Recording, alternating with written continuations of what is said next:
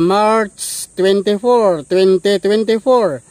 This is Randy Artiaga Santisas. In your car is Randy Santisas. In the name of the Father, and the Son, and the Holy Spirit. Amen.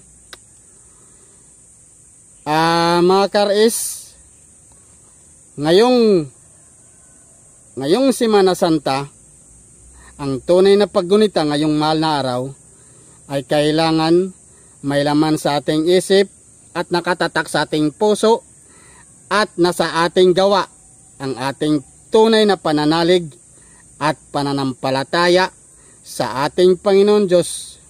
Ngayong mahal na araw, 2024, Semana Santa 2024.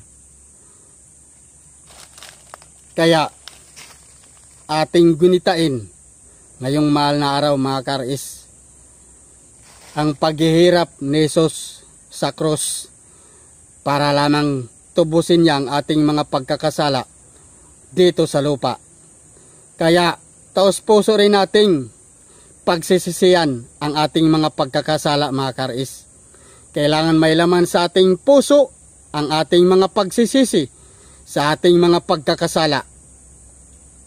At kailangan ngayong mahal na araw at kahit hindi man mahal na araw ay kailangan may laman sa ating isip, puso at nasa ating gawa ang ating tunay na paniniwala at pagdarasal sa ating Panginoon Diyos.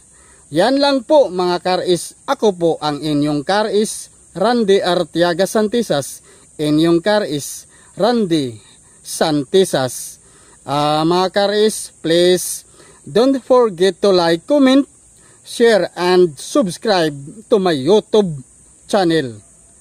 God bless po sa inyong lahat, mga karis.